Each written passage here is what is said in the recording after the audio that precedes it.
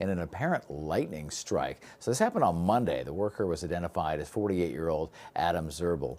He was in the area of Newfane Trail near Kewaskum. A search operation was launched after he never showed up back home in Plymouth that evening.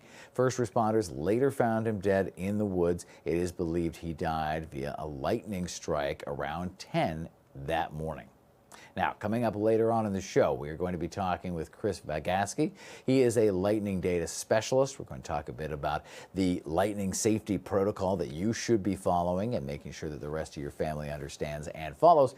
We're also going to dig into a bit of the statistics around lightning strikes and lightning-related deaths and injury. It's actually a lot higher than you might suspect. It doesn't really fall into the old saying of being struck by lightning being a rare or once-in-a-million situation. In fact, it's far more common, unfortunately, and there is one group of people that are even more likely than another to get struck. So all of that is coming up for you in the next segment. But right now, we have another big development this hour, and that is Humberto is now a hurricane in the Atlantic Ocean. The National Hurricane Center says Humberto is about 465 miles northeast of northern Leeward Islands. Now, it is not currently threatening a landmass at this point. The National Oceanic and Atmospheric Administration released this brand new satellite imagery. Humberto is forecast to strengthen substantially over the course of the weekend to become a major hurricane. You'll notice its proximity to other storms in the area, and because of that, there may well be a bit of what we call the Fujiwara effect,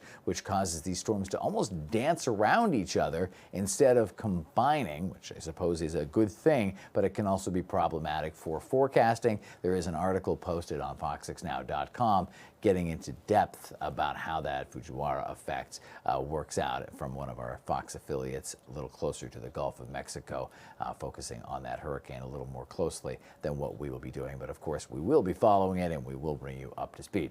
Meanwhile, in the Philippines, that country is dealing with the aftermath of a major storm there. Their own is tens of thousands of miles of people living in landslide and flood-prone villages were forced out of their homes after Typhoon Baloy rolled through eastern parts of the country. Now, that storm eventually weakened into a non-tropical system overnight. It is the latest of back-to-back Pacific storms to threaten Asia, the other one being Typhoon Ragaza, which left 25 people dead in the northern Philippines. Now, remember, a typhoon is just a different name for what we would call a hurricane or a tropical system. They form the very same, and obviously you can see the impact is very much the same as well. Some very stark imagery coming out of the Philippines.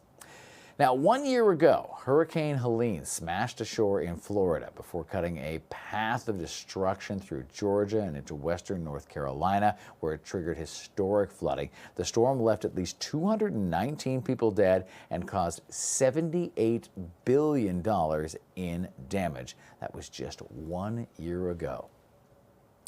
Now, back here at home, like I said off the top, I am happy to say that it is a beautiful stretch of weather ahead, and I am going to encourage you again to make the most of it. I know if you're a fall weather lover that you would rather be out there in your hoodies sipping a nice pumpkin spice latte, but we kind of got robbed of a few of the summer days back in August, so let's just consider this payback. Look at all the blue sky, all the sunshine. So what we have, big broad area of high pressure to our south, another one to the north, and then a front, this little cold front here that's going to slide in and then retreat pretty quickly because a warm front will replace it, and that's going to push to the north and northeast and bring warm air right back in.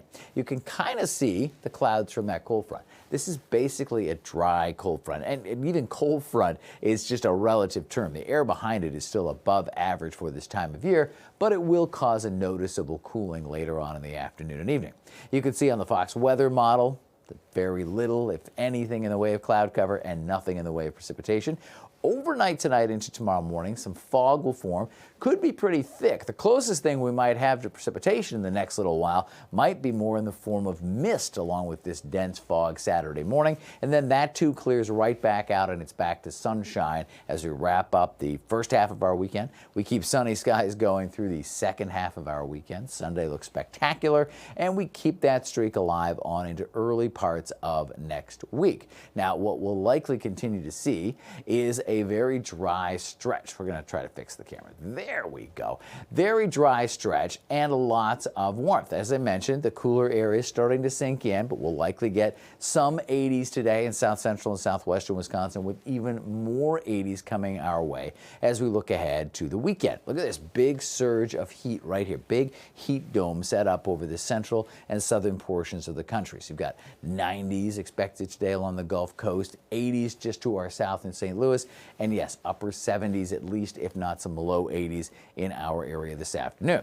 Looking beyond that, you can see we get back to the 80s a couple of times. Saturday might be in the mid to even upper 80s in parts of western and southwestern Wisconsin. I think the Milwaukee metro hits around 84. 78 Sunday, back to 80s on Monday. These numbers here, 82, 84, that's a good 15 degrees or so above the averages. The average is, of course, trending downward in the days ahead. Usually this time of year, based on the climate statistics, we would find ourselves in the upper 60s and low 70s. 80s are not as common this time of year. We do cool a little bit as we get toward mid parts of next week, but even that is on the plus side of the average. Now, the one thing that will make this a little more fall-like, as opposed to that full-on summer feel, are the lower dew points. You can see the dew points will stay in the 50s for the days ahead. When we usually get 80s in the summer, it's pretty common for us to get dew points well up into the 60s for that full-on sticky factor, that air you can wear. So this will be the warmth without the stickiness, but still enough moisture in the air for that fog to develop. All right, because it's a Friday, and I'm sure a lot of you would like to get out of the area and maybe find some sunshine, go check out the changing leaves. Let's do our little roundup of day planners here. Going to take you up to Rhinelander first. Look at all that sunshine. We'll continue on the mild side there, although these northern numbers obviously notably cooler than what we're going to get here in the south. Wausau tops out in the upper 60s and low 70s today. Eau Claire should be in the mid 70s, upper 70s this afternoon, 60s for the late evening. Bring it back here to home, down into Milwaukee. There's the heat, right? 78. Cooler conditions lakeside. Over to Madison we go, upper 70s pushing 80 for this afternoon and for this evening. And out to La Crosse, more heat, more sunshine. Look at that, beautiful at 78. Up to Green Bay, go Pack go. We've got cooler conditions there in the northeast as well. Some upper 60s expected in those areas for the day today. All right, coming up, we are going to be talking about lightning safety. We'll get an update, of course, on what you should be doing. We'll get an update on this year's injury and death toll when it comes to lightning. And like I said off the top, there is one group more likely to be struck than another. I'll show you which group that is, and you can figure out if you're in it. We're back with more Wisconsin weather experts right after this.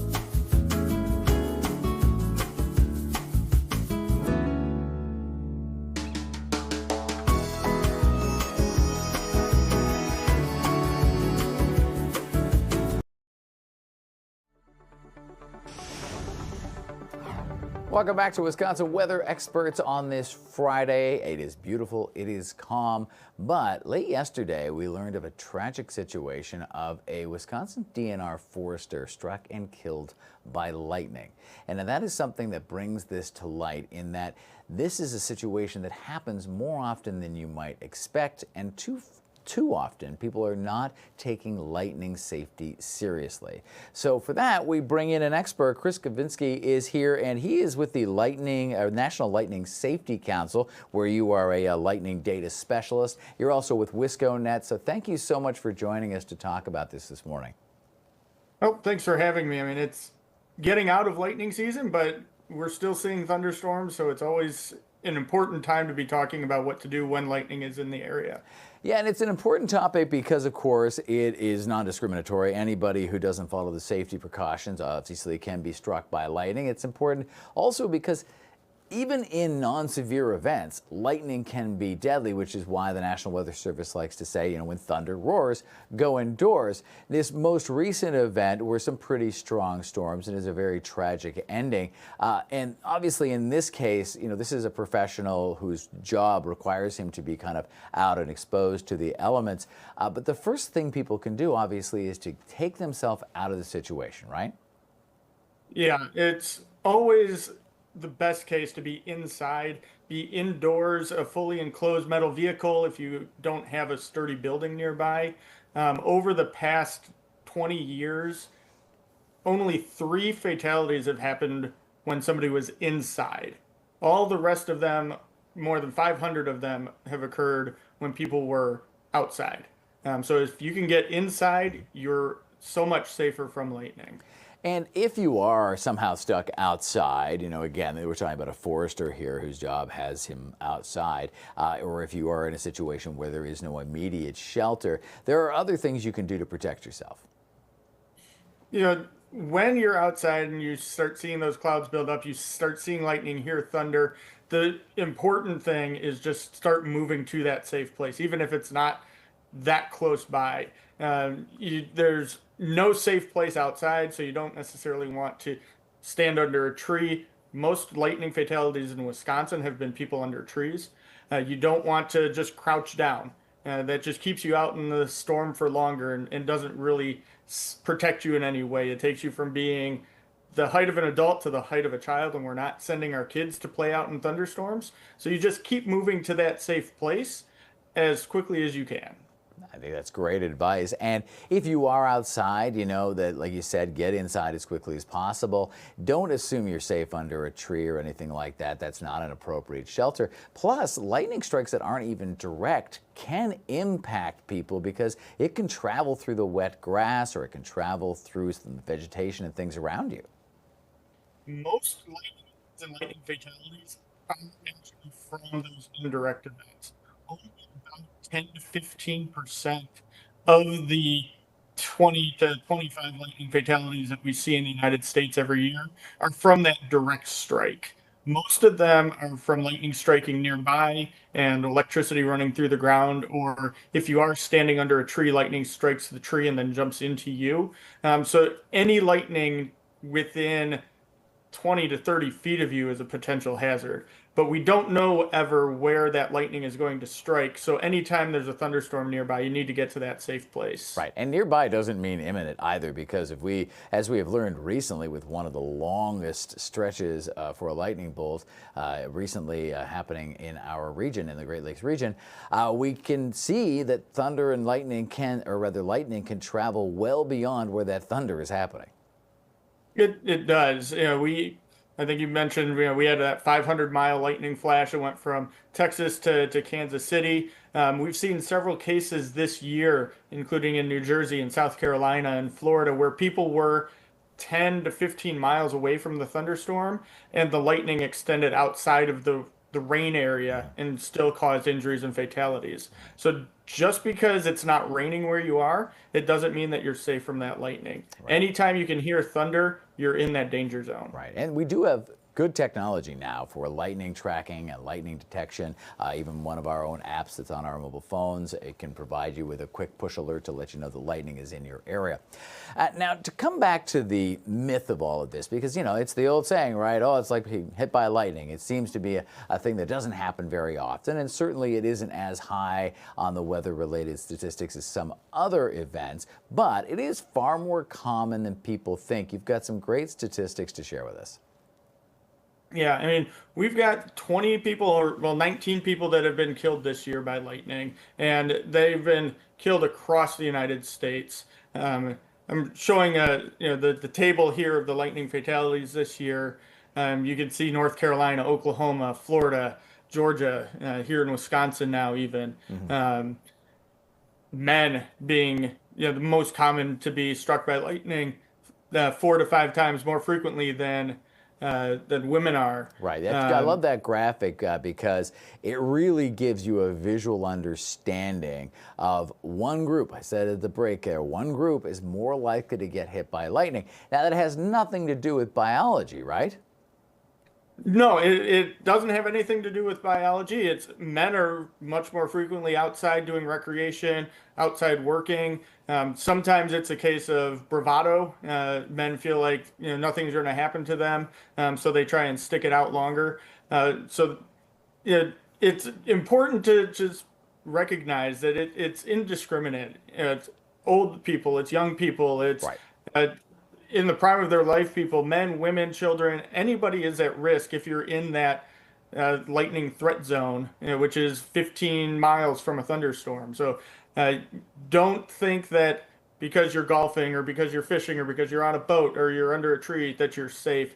There is no place outside that's safe during a thunderstorm. That's right. And don't think that you're in any way too manly to take cover when thunder is roaring, because I know, like you said, the lightning is non-discriminatory, but sometimes we make poor choices based on what we think are the ways we should behave based on, the type of clothes we wear or the type of gender we present as. So I really like that graphic as kind of a heads up for everybody of all ages and all genders to take care when thunder roars outside.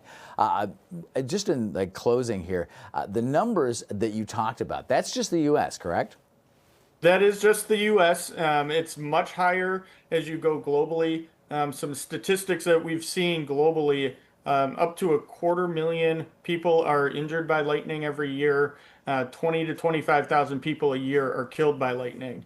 So that happens globally. 2 billion lightning detections around the world every year. So it's a really big problem, not just in the United States, but globally as well.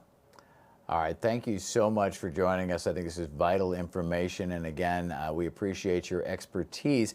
I'm just curious a little bit about your background. What brought you to this line of work? Is this something that is personal for you? It's something that I used to be terrified of lightning, terrified of storms. It's the common thread for a lot of Right. meteorologists. And, I started working at a company about 10 years ago called Vizsla, who operates the National Lightning Detection Network, which sends those lightning data to the phones for the push alerts and all of that. Mhm. And, starting to use that data, I wanted to really see how could we better keep people safe from this, because there are so many people that are struck and injured or struck and killed by lightning every year. So to have all of these data at our fingertips to really start to make a difference, lightning fatalities have come down substantially since the 1940s. 400 to 500 people a year were killed, and now we're down to 10 to 20 a year. So the more that we can talk about this, the more that we do this, and let people know that there is no safe place outside, There you go. the better that we are. Right, spread the word for sure, and I appreciate all your work in this area. We'll likely be talking again in the future because part of what you're doing is what's called the WISCO-Net, which is a lovely, expansive array of weather detection systems that's going to help us with this and many other things, right? It sure will. We have 78 stations that are deployed statewide. Still planning to install a few more, but anywhere from Bristol to Cold Spring to Kewaskum to Maple and Knight up in northern Wisconsin, we Perfect. have weather stations around the state. Thank you so much for the work that you are doing. I'm sure we will talk again, and I appreciate the message of staying safe from thunder roars. Go indoors. We'll be back with more Wisconsin weather experts in just a couple of minutes right here on Fox Local.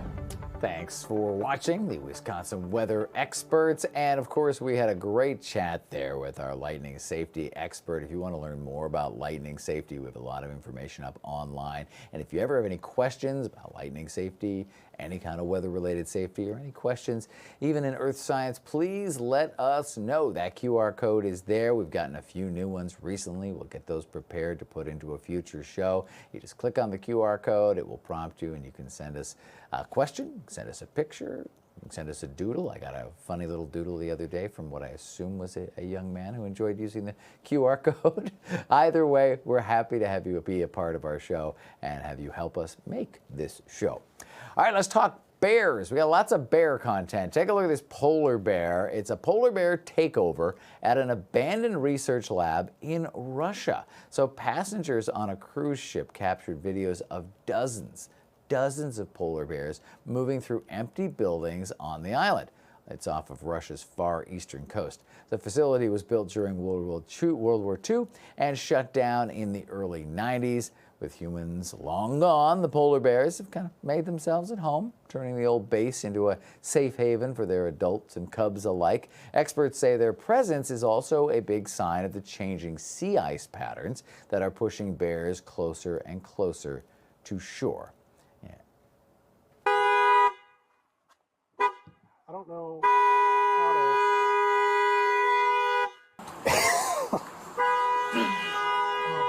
I feel awful. No, that is not a case of road rage, although maybe, but it's a bear. Yeah, there's a bear in there honking that horn. You hear that all the time, right? When you're out there and they tell you, lock your doors. Well, usually it is going to protect you against this, would-be thief or car napper in your neighborhood. But nope, this time you should have locked your doors because it's a couple of bears that got stuck in a parked SUV and they were caught honking for help. The bears, let us out! They couldn't get out. Police say the bears would have likely been stuck in there all night if they didn't figure out that they could start honking the horn. Someone ended up opening the trunk to let them loose. Oh my goodness. All right, Monday was the first day of fall, and families are decorating their homes to match the season, of course. More Americans are actually deciding to leave pumpkin buying to the professionals, though, and it's costing rather a pretty penny. Fox's Chelsea Torres talked with decorations and homeowners in the Charlotte, North Carolina area who are a part of this growing trend. The season is changing, and some people are looking for the quintessential fall look. My kids are they're getting a little older and they're really into all of the holidays. Charlotte mom Jessica Ransom found little pumpkin decorators on the internet. Every fall, I spend about $200 on pumpkins, and every time I pull into my driveway, I'm like, I hate it. It's so worth the extra money. It's just a mental load thing to not have to worry about that. Hours later, the little pumpkin decorators, just two former corporate moms, put every pumpkin in place and topped them with bows. They just started their business last year. It's an outlet for moms. It's like an extra income if you want it to be, and it just brings people joy. It looks so good. Pumpkins are sourced from local farms, and after they're done, the decorators pick them up and donate to local farm animals. Displays can range from a few $100s to thousands. Last year, the average household spent just under $54 on Halloween decorations. Maybe they don't have the passion or the desire to do it. And, if cost isn't an issue or is an issue, we can't appeal to both. One pumpkin decorator in California says he starts getting porch requests at the end of July. Like I said, it's very rare where you can decorate your home with something that can last for 2 holidays. Our pricing can range anywhere from, $500 up to $10,000. Helfer also sells pumpkins by the truckload and noticed the increase in porch designers just this year. I do believe that our business will go down a little bit on the displays, but my inquiries for the people that need to buy the pumpkins are blowing up.